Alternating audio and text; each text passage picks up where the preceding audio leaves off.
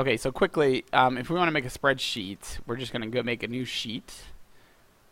And you can put whatever you want on the x-axis, which will be our independent variable.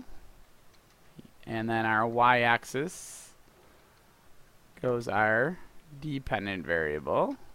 And let's say that we had data that looked like this. 2, 4, 6, 9.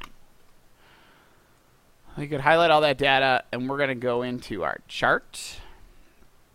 We want to make a scatter chart, and we can customize that chart here and give it a title. Title. The relationship. ... And then we can either include a legend or not include a legend, but we can also change the axes. So we can say, speed, meters per second, and we can adjust and say, okay, I want a minimum of 0 and a maximum of 6. And now here's what our graph looks like. And then on our left vertical, let's say that the other side was distance. None of that makes any sense necessarily. And this side put 0 minimum. And then maybe I put, a 12 as a maximum just so that I get something that I can extrapolate some data from. And then down here at the bottom, I can add a trend line. And this is where I can either add a linear trend line, and I can use the equation, and here's my r² value. If I click Insert, it makes my graph. But the problem is that I have a Google Doc already ready, so I need to paste this in.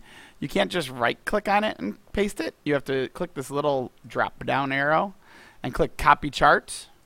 And you click Copy Chart, and then if I was in a Google Doc, that would have been helpful. And then you can just do a Control-V to paste. And now my chart's in here.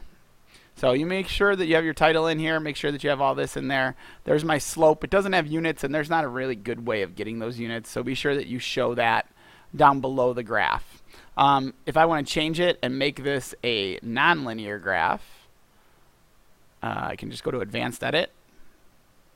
And then again, down here at the bottom, I'm going to change this from a linear relationship to a, doesn't look like polynomial, exponential or polynomial, maybe more like that.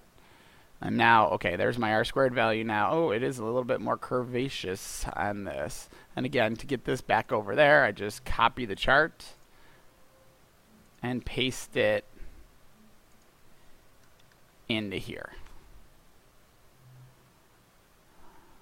And that's it. So there's my, well, in theory, it's coming. There's my graph for that, and there's my graph for the other. Okay? I hope that helps. I will see you guys later.